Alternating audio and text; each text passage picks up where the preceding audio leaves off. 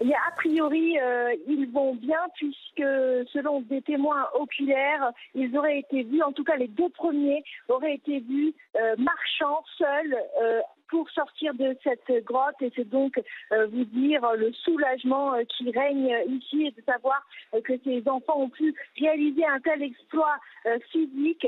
Ils vont à présent être transportés avec des ambulances vers la ville de Chiang Rai, vers un hôpital moderne, à peu près à 60 minutes. C'est le premier hôpital dans les environs où les attendent des équipes médicales de pointe qui vont pouvoir les examiner.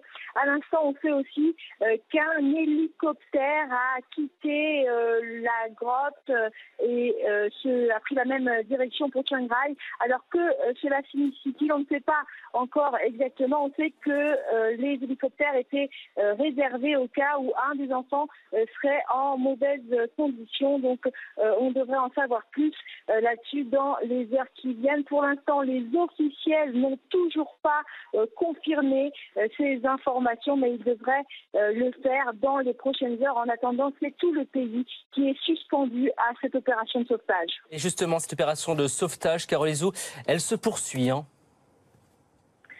Oui, bien sûr, elle se poursuit. On sait que les enfants sortent un par un ou deux par deux. Donc cela pourrait prendre encore, alors le gouverneur avait dit ce matin 2 à 3 jours, mais il semble que les opérations aillent plus vite que prévu, notamment parce que grâce aux efforts de pompage qui ont été réalisés nuit et jour depuis quelques jours, l'eau est bien descendue à l'intérieur de la grotte et il y a maintenant beaucoup de parties du trajet qui peuvent s'effectuer à pied. Et donc, il est possible, je dis bien possible, que d'ici demain soir, tous les enfants soient sortis de la grotte.